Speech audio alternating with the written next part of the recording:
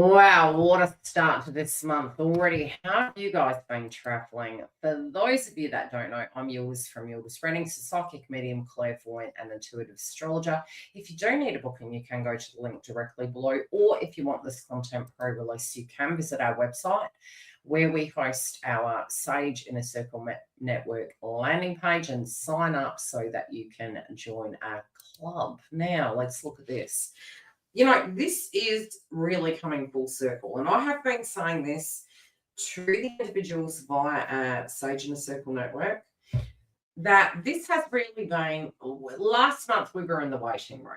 Okay, so June we were in the waiting room, having these downloads, having these transitions, revelations, anxiety, and even maybe wanting to go into hermit mode. Now, for a lot of us, I would say, and for quite a while now, even pre-2020, we have felt like there has nothing, the reciprocity energy, okay?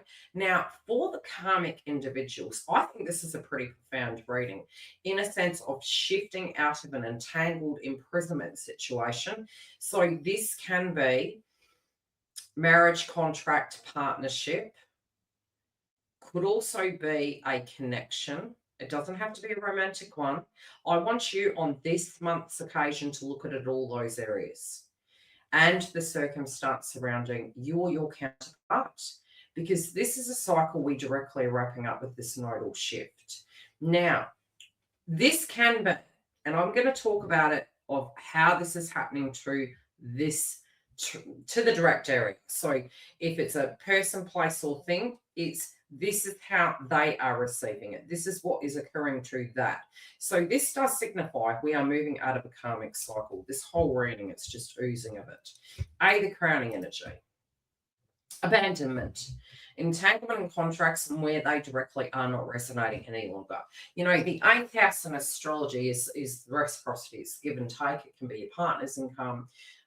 It can be tax, debt, legacies, inheritances, and we currently have Mercury retrograde in Cancer. This karmic cycle in some shape or form is coming to a close. We may have entangled ourselves in particular circumstances due to healing and trauma and codependency. This directly on our end at a collective level is ending. How we look at wealth, how we look at love, how we look at connections, how we look at people using us, how we look at, is this the new vibration of who we are in an emotional, physical, and a collective sense.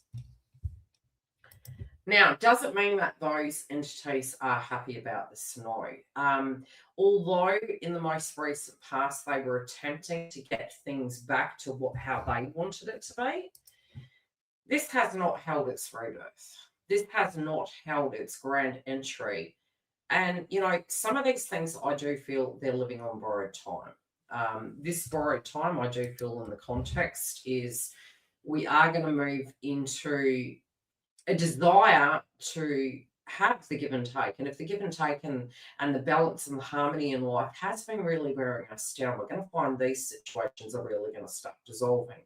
We have the god of sensuality in reverse. And it's like, is the buck worth the grind? So is the juice worth the squeeze? These individuals are trying to give tempting offers, except it's quite sugar-coated. It can be exposed during this time.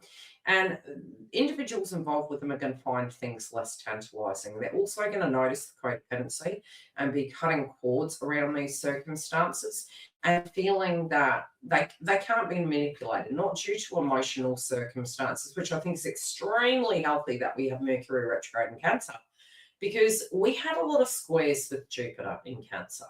So now with all that pressure point, with it going retrograde, it's like, did you forget? Did you forget how bad it was? It's helping us clear the air to look at it from each angle, but it's also looking at how it has chastised us in many ways and prevented us from having the transformation we directly needed. Now, why are we reviewing this?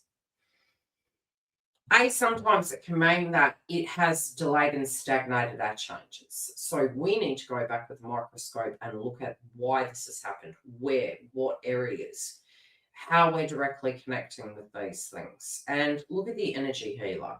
It's like and again, directly above the rebirth, we have been trying to resurrect something that was long overdue to go. Long overdue to go, not working, can't come with us, is causing it's like the pea and the princess, or the pothole in the road across the bridge, and we're waiting for it to be repaired. And we're like, you know what, I'm just going to go on foot and I'm going to go.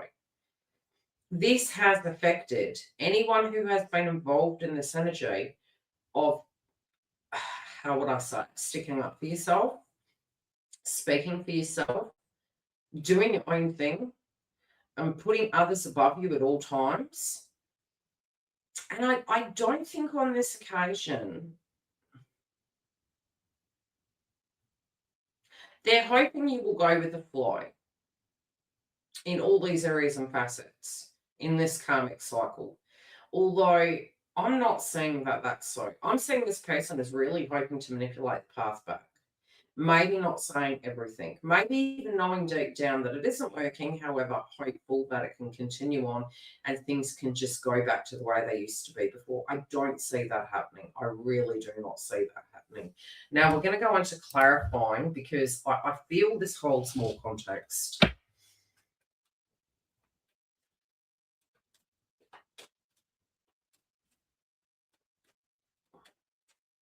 So especially, look, what advice could I give? If you're an individual inside your twin path right now and there's clearing of something, have patience, wait to the end of the month.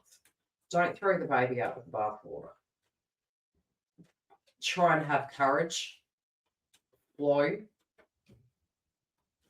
Even though at times you may not have faith in the process. I have experienced in my life tower moments where within my ego, I could have never foreseen that that can cause a positive outcome. It was so strange.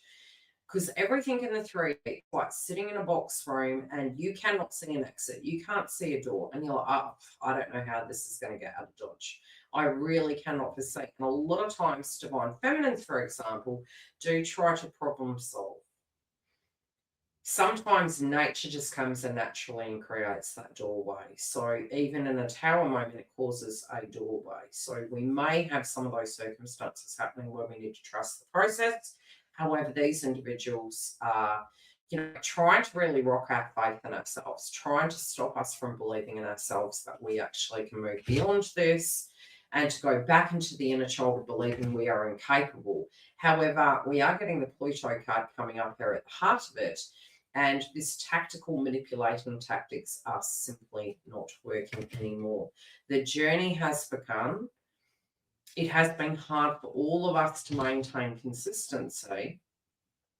I can see it really getting back to basics. A commitment is going to be addressed. Again, I do see this can linger on a bit to the end of the month.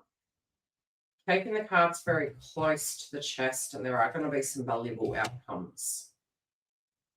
Really try and go with the flow, especially with these karmic cycles. I'm not even reading to the karmic. I'm reading to the collective watching the karmic for how you can navigate this circumstance. Because I do believe if you do such, you have two opportunities here.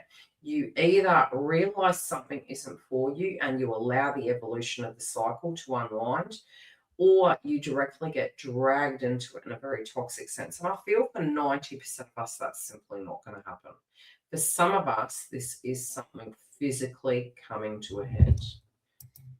Now, if you do want to see the whole edition, they are out all now. We do have the masculine, feminine, and karmic third party. If you do want a private booking, you can go to the links below. The schedule is quite small and it does fill up fast, so jump on as soon as possible. Now, we also have some blogs online as well as a Sage Inner Circle Network landing page, where if you do want to get them pre-released or sign up, do such now because it will be open very soon.